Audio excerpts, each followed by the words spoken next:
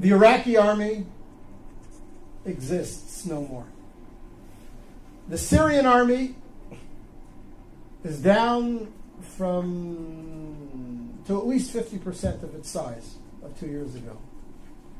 The Egyptian army, all of its 14 divisions, maybe 7 are in any way active, not corroded, corrupt, falling apart. The Arab military threat to Israel has evaporated.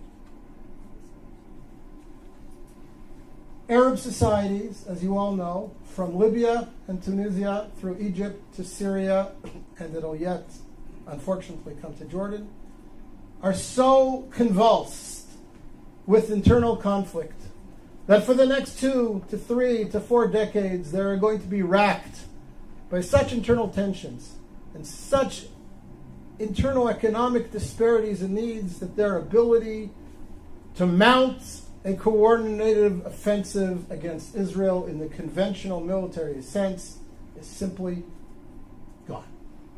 It's gone. It's gone. So before we start discussing all the threats and the emerging threats and the dangers that are posed to Israel from the crumbling of the old Arab architecture around Israel, first let's recognize that the conventional military threat against Israel has greatly disappeared. And that is a net gain for Israel. It has tremendous long-term significance. Now, we all know that there are new threats emerging.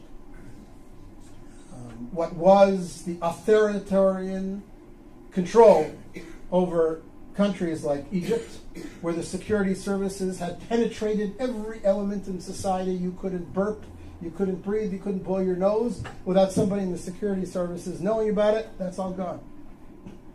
Morsi doesn't have control over the streets of Cairo, never mind the sands of Sinai, and whoever emerges as the leader or one of the leaders in Syria towards the future will never have the same authoritarian control over the country that Assad's mukhabarat, his security services, had. So that creates potential for great conflict. We all know about the threat of weapon stocks, missiles spreading all over, new weapon systems coming into the region, whether it be from Iran or from Russia. All these pose security threats to Israel that Israel will have to deal with in the coming years and perhaps decades.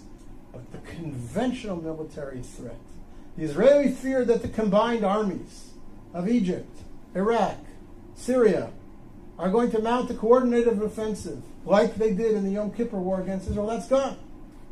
That's gone, thank God, it's gone. And therefore I say to you, again, Israel is winning.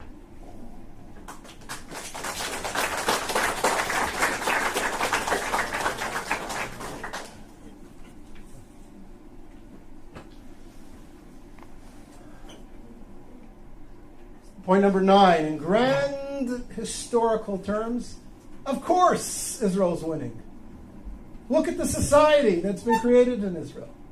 Look at the creativity of the Israeli community. Look at the vibrancy of life in Israel. I look at my kids. I have a son-in-law who's a software engineer in Israeli military intelligence. I have a daughter doing her PhD in genetics at the Hebrew University. I have a daughter studying architecture at Ariel University in Samaria. I have a son completing his bachelor's degree in computer science in high school, and he will graduate high school with his degree in computer sciences, and he has studied intensively 17 tractates of the Talmud, and he knows his Bible inside out and backwards.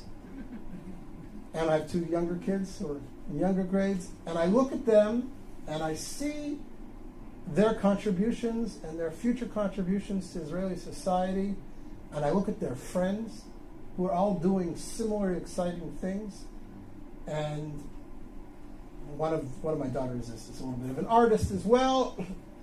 And you look at this and you say, what a wonderful youth we have. What a powerful country we have.